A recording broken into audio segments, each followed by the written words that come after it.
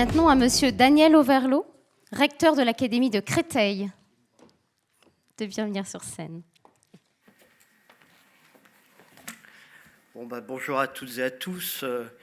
Alors, tout le monde ne sait pas forcément ce que c'est un recteur et ce qu'il fait.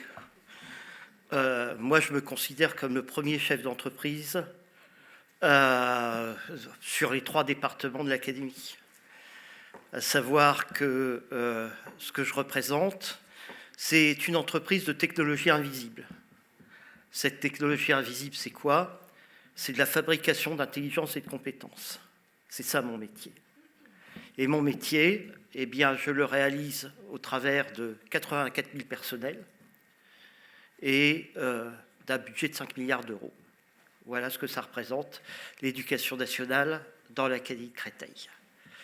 Alors, à l'inverse de l'image très souvent véhiculée sur l'éducation nationale et qui renvoie à un animal certes soyeux, mais pas très véloce, eh bien, je considère que l'éducation nationale se caractérise par son agilité, sa réactivité, sa vitesse, en particulier dans le domaine des formations professionnelles, et ça à travers les 3 entrées, formation initiale, formation continue et apprentissage.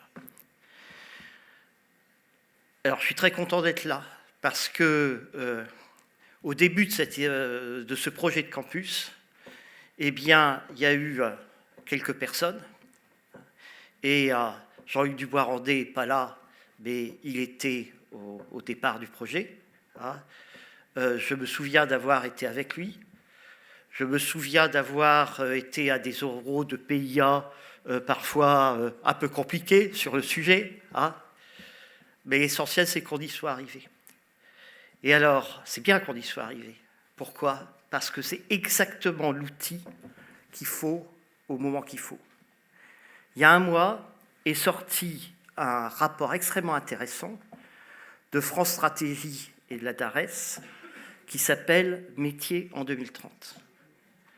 Et « Métiers en 2030 » eh bien, montre à quel point les années qui viennent vont voir se développer les métiers dans le domaine de la construction et du bâtiment. Et tout ça à cause, en gros, de 5 ou 6 facteurs que j'aimerais rappeler. Le premier, c'est le développement de la population.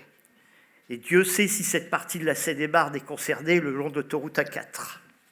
On voit au nombre de grues extrêmement nombreuses. Ensuite, eh bien, il y a en fait une sorte de diminution du nombre de personnes par famille, qui fait que comme les familles sont plus petites, il y a de plus en plus de besoins de logement.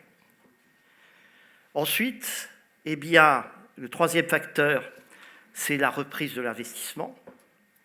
Le 4e facteur, c'est la demande des donneurs d'ordre, à travers le plan de relance, mais aussi à travers d'autres dispositifs. C'est naturellement la demande de rénovation, qui est extrêmement forte, et tous les appuis qu'il y a pour ça. Et puis, c'est également, dans le domaine du bâtiment, tous les gains de productivité dus, d'une part, au progrès technologique, et puis également à la mise en place du BIM, et avec un raccourcissement de la durée des chantiers. Alors, ce que prévoit France Stratégie et la DARES, c'est la création de 150 000 emplois dans le bâtiment d'ici à 2030. Et dans ces 50 000 emplois, je ne tiens naturellement pas compte du renouvellement des générations avec tous les départs en retraite. Donc, c'est 150 000 créations brutes, mais beaucoup plus de monde concerné, naturellement. Et avec tous les domaines dans lesquels il va y avoir du développement de l'emploi, une partie sur des ouvriers qualifiés du second œuvre, mais aussi tout ce qui est architecte, mais aussi cadre du bâtiment, mais aussi ce qui est technicien. Alors, le campus, eh bien, c'est un outil de réponse absolument fabuleux. Pourquoi? D'abord, ce campus, il a une identité physique et un lieu qui est le cluster de la ville durable, qui montre bien son incarnation. Ensuite, il est lisible. Et dans les brochures, eh bien, on trouve l'ensemble du réseau des établissements concernés et des formations concernées, ce qui permet de dessiner une logique de parcours. Quand on regarde le catalogue des formations, on voit qu'on est bien dans le sens de ce que sont les campus, à savoir, ça part de la première année de CAP et ça va jusqu'à Bac+5. Comme c'est en lien avec l'université, tout le domaine de la recherche est concerné. Naturellement, les entreprises sont partenaires et sont là en soutien. Et à côté de ça, eh bien, l'ouverture internationale est quelque chose de tout à fait important et sur lesquels on travaille.